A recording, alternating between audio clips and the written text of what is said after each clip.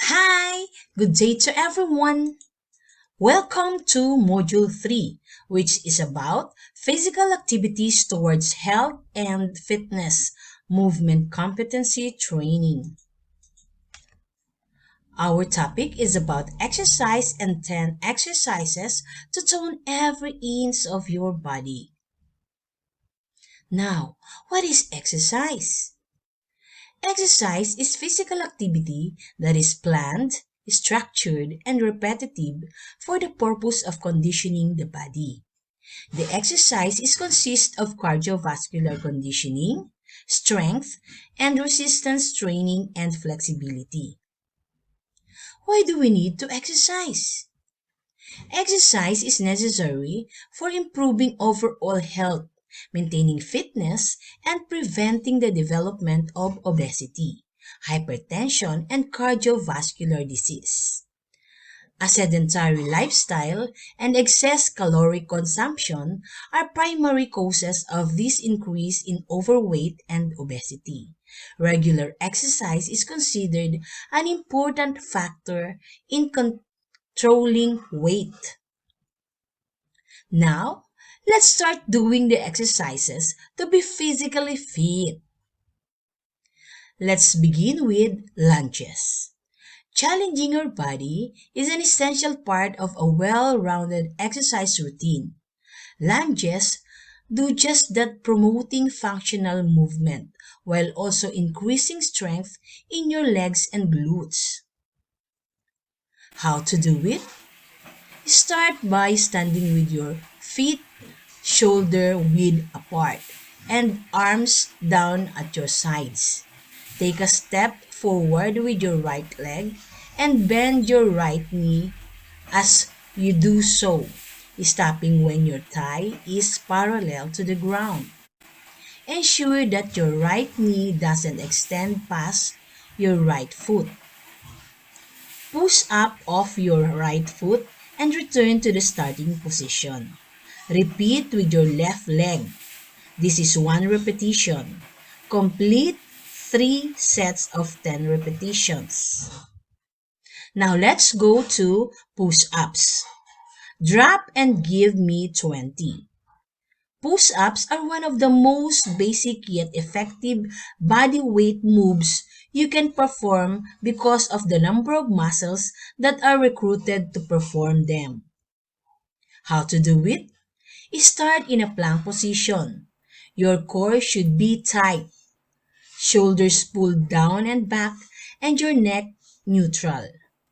Bend your elbows and begin to lower your body down to the floor. When your chest grazes it, extend your elbow and return to the start.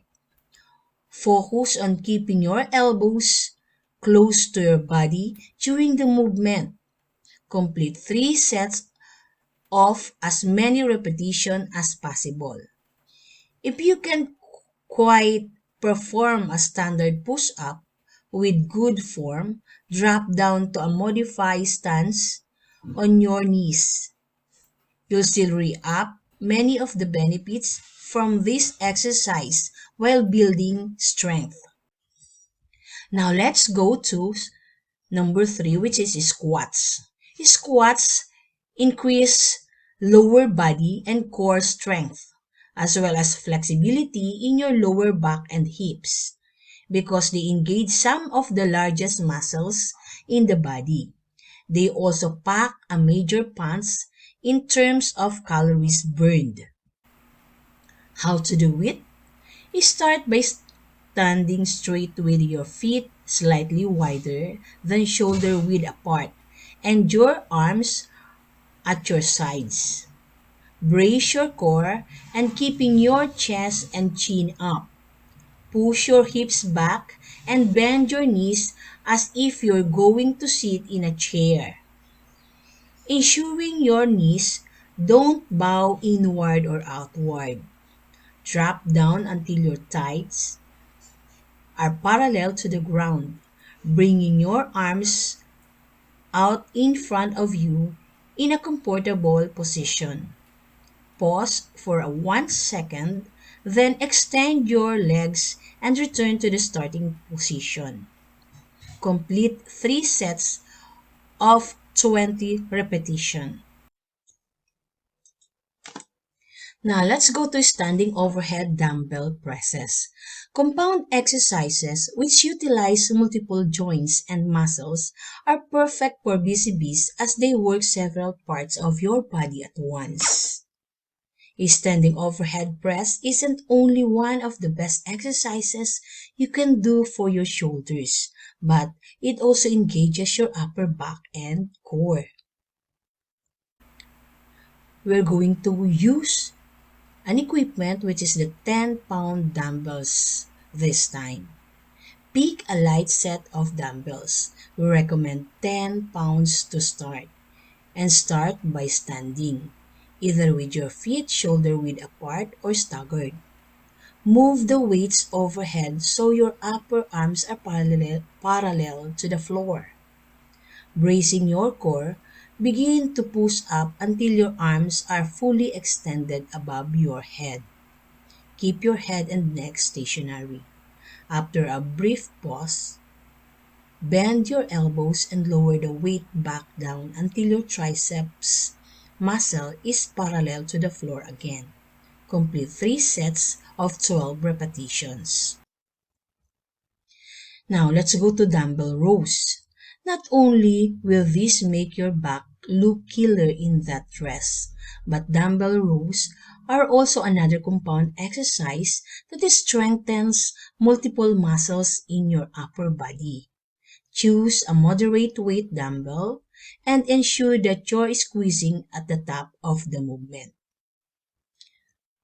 We will use again 10 pounds dumbbells. Start with a dumbbell in each hand. We recommend no more than 10 pounds for beginners. Bend forward at the waist so your back is at a 45-degree angle to the ground. Be certain not to arch your back. Let your arms hang straight down. Ensure your neck is in line with your back and your core is engaged. Starting with your right arms, bend your elbow and pull the weight straight up toward your chest, making sure to engage your lat and stopping just below your chest. Return to the starting position and repeat with the left arm. This is 1 repetition. Repeat 10 times for 3 sets. Now, let's go to single leg deadlift. This is another exercise that challenges your balance. Single leg deadlifts requires stability and leg strength. Grab a light to moderate dumbbell to complete this move. We are going to use again our equipment, which is the dumbbell. Begin standing with a dumbbell in your right hand and your knees slightly bent. Hinging at the hips, begin to kick your left leg straight back behind you, lowering the dumbbell down toward the ground. When you reach a comfortable height with your left leg, slowly return to the starting position in a controlled motion, squeezing your right glute. Ensure that your pelvis stays square to the ground during the movement. Repeat 10 to 12 repetitions before moving the weight to your left hand and repeating the same steps on the left leg. It's suggested to do 3 sets of 10 to 12 repetitions per side. Now, let's go to Birthies. An exercise we love to hate. Birthies are a super effective whole body move that provides great bang for your back for cardiovascular endurance and muscle strength. How to do it? Start by standing upright with your feet shoulder width apart and your arms down at your sides. With your hands out in front of you, start to squat down. When your hands reach the ground, pop your legs straight back into a push-up position. Jump your feet up to your palms by hinging at the waist. Get your feet as close as your hands as you can get, landing them outside your hands if necessary. Stand up straight, bringing your arms above your head and jump. This is one repetition. Complete 3 sets of 10 repetitions as a beginner. Now let's go to side planks. A healthy body requires a strong core at its foundation. So don't neglect core specific moves like the side plank. Focus on the mind-muscle connection and controlled movements to ensure you're completing this move effectively. How to do it?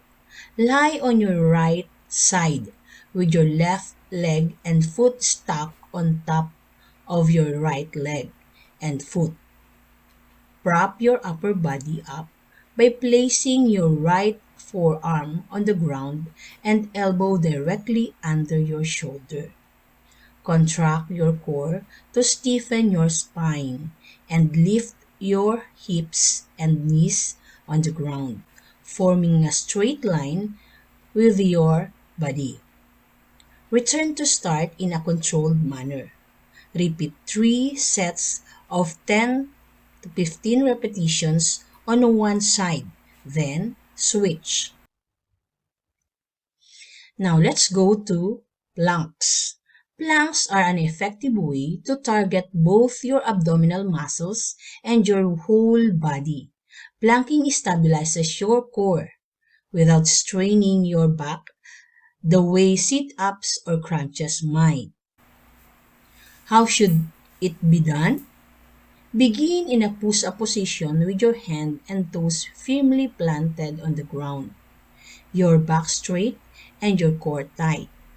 Keep your chin slightly tucked and your gaze just in front of your hands.